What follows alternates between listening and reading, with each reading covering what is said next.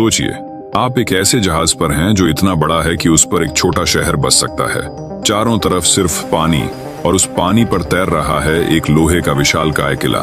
नाम है दुनिया का सबसे बड़ा कंटेनर शिप। इसकी लंबाई इतनी है कि अगर इसे सीधा खड़ा कर दो तो ये आईफिल टावर को भी पीछे छोड़ दे। लेकिन सवाल ये है, इतने विशाल जहाज पर जिंदगी कैसी होती है? क्या यहाँ लोग सुबह अखबार पढ़ते हैं और शाम को बालकनी में चाय पीते हैं? या फिर यहाँ हर दिन एक जंग होती है, लहरों से, तूफानों से, और सबसे खतरनाक चीज अकेलेपन से? आपके मोबाइल से लेकर आपकी टी शर्ट तक सब कुछ शायद किसी कंटेनर शिप से होकर आया है। लेकिन क्या आपने कभी सोचा है कि जो लोग इन शिप्स पर काम करते हैं वो किन हालातों में रहते हैं? कितने दिन बिना इंटरनेट के, बिना परिवार के समंदर के बीचों बीच फंसे रहते हैं? क्या होता है जब तूफान में लहरें 30 फीट ऊंची उठती हैं? क्या होता है जब अफ्रीकी समुद्री लुटेरे जहाज पर हमला कर देते हैं? और हाँ, अगर किसी दिन ये कंटेनर शिप्स अचानक बंद हो जाएं, तो आपकी जिंदगी में क्या क्या रुक जाएगा? इस वीडियो में हम आपको लेकर चलेंगे उस जहाज के अंदर जहां ना कोई मॉल है, ना सिग्नल, ना सोशल मीडिया, सिर्फ मशीनें, लोहा और इंसान की हिम्मत। तो बने रहिए अंत तक, क्योंकि वीडियो के आखिर में हम आपको एक ऐसा असली वीडियो क्लिप दिखाएंगे जिसे देखकर आपको समझ आएगा कि समंदर की ये दुनिया कितनी रहस्यमयी, खतरनाक और अनदेखी है। अब चलिए लहरों के उस सफर पर जहां हर दिन एक नई कहानी है।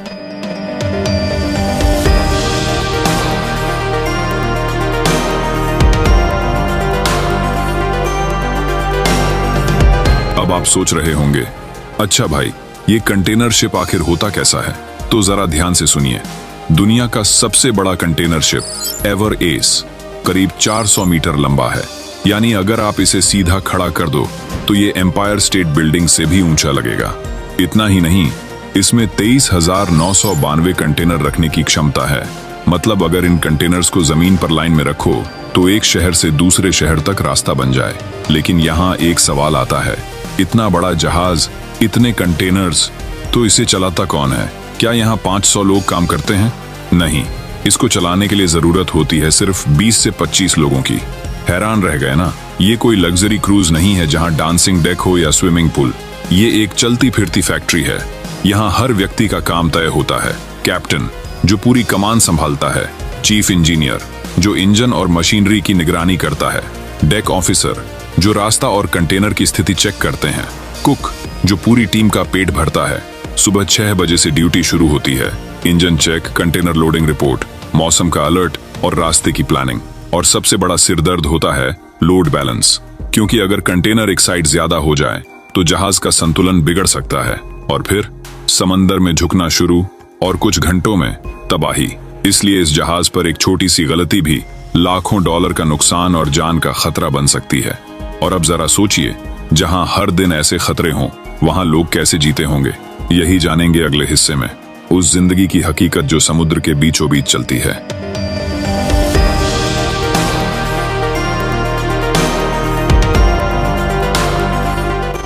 अब आप सोचिए, चारों तरफ सिर्फ समंदर और आप उस पर एक चलते फिरते लोहे के शहर में हैं।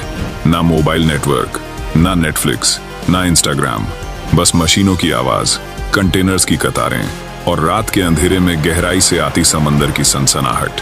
यहाँ कोई सोमवार नहीं होता, कोई रविवार नहीं, हर दिन वही होता है, काम, निगरानी और अनिश्चितता। एक सामान्य दिन की शुरुआत होती है सुबह 6 बजे। सबसे पहले होता है ब्रिज पर रिपोर्टिंग, फिर मौसम का विश्लेषण, रडार चेक, इंजन की हेल्थ रिपोर्ट और फिर पूरे जहाज का निरीक्षण। यहाँ हर सेकंड कीमती है, क्योंकि छोटी सी चूक भी बहुत भारी पड़ सकती है। कभी कभी 12 घंटे तक लगातार काम करना पड़ता है, बिना किसी छुट्टी के, हफ्तों तक। अब सवाल ये उठता है, लोग इतने दिन अकेले कैसे रहते हैं? कई नाविक 6 महीने तक अपने परिवार से नहीं मिल पाते। वीडियो कॉल भूल जाइए, बीच समंदर में 4G क्या, कभी कभी सिग्नल भी नहीं आता। और इस अकेलेपन में सबसे खतरनाक चीज होती है मानसिक तनाव। कई बार ऐसा होता है कि कोई साथी बीमार पड़ जाए और हॉस्पिटल तो कोसों दूर, तब सिर्फ जहाज के इंजीनियर या कैप्टन ही डॉक्टर बन जाते हैं।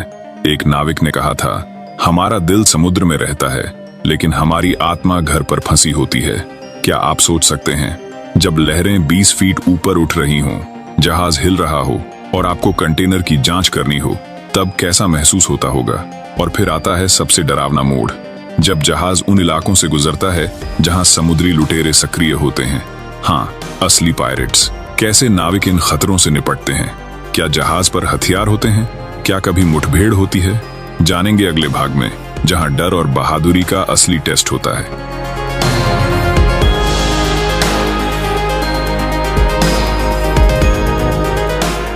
अब जरा आंखें बंद कीजिए और सोचिए, आप एक जहाज पर हैं जो अफ्रीका के सोमालिया के पास से गुजर रहा है।